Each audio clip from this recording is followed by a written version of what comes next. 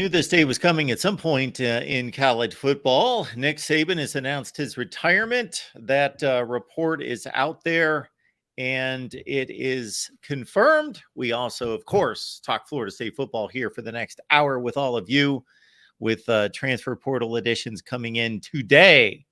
Significant ones. Chris Frazier, Spear Addicts right next to me. Of course, it's Sunday. It's Sunday, Monday, and Thursday. Keep working on that. And then we've got George from Renegade Report, of course. Guys, how we doing tonight? Doing good. Good. Fun times in Noel Nation, baby. We would probably be criticized and accused of living under a rock if we didn't lead with the guy that's considered by most to be the greatest of all time. There could be an argument there. Greatest of all time with Nick Saban retiring today. Chris, what are your initial thoughts? Dabo or Dan Lanning, I would be my two. Or I'll throw a third wild card in there, Bill Belichick. Oh, wow. Wouldn't that be something? He's about the same age, maybe a little bit older. He's actually younger than Nick. Oh, is he? He's 1 year younger. Okay. But, I mean, Nick did things in college football that a lot of people will say will never be matched again. I can't say that. Because when Barry Bryant did it, people said it couldn't happen again.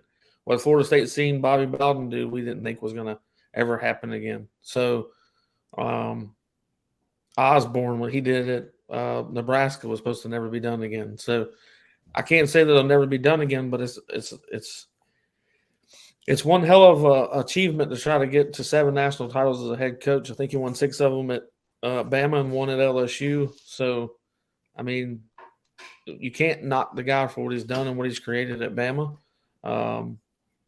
I think he has to be considered one of the GOATs, if not the GOAT. But I'm happy that he's finally hanging up his mic and his headphones. And I'm glad that the portal for Bama players just opened up for the next 30 days. George. Yeah, man. Chris kind of got into it. You wondered when it was going to happen, when Nick Saban was going to hang him up. Because when he does, it's going to send ripple effects across college football. All of a sudden, it makes sense why, whatever it was, 10 guys right off the bat hit the portal. It makes sense why, things happen. It's going to cause, a power vacuum right there in Alabama. So whether it's Dan Lanning or Dabo Swinney or whoever they choose, that's going to be big shoes to fill, but they're going to have big money to spend. There's going to be, a lot of coordinators who maybe showed up on a staff, took a big promotion somewhere that they aren't even going to get their office set up because all of a sudden they're getting offered the coordinator job at Alabama for like $3.5 million or something as you move into these big TV contracts and stuff. So, definitely in the argument for greatest of all time. I lean Bobby, obviously being an FSU fan and knowing the intricate details of that whole thing. But there is no doubt that he's probably already in the College Hall of Fame, I'm guessing, unless you have to be retired to enter.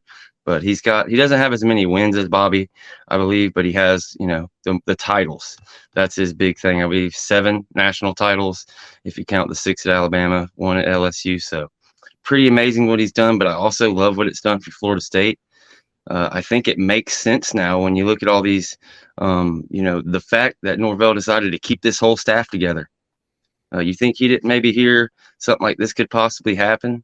And, like I said, you could have went out and got a coordinator from here or there, maybe let a coach go. And then next thing you know, they get offered, this crazy sum of money at Alabama and you're wishing you weren't in that position. So I think the stability and everything at Florida State, when something like this happens, you really, really makes you appreciate it and hope you can keep Norvell for as long as Alabama had Saban at least.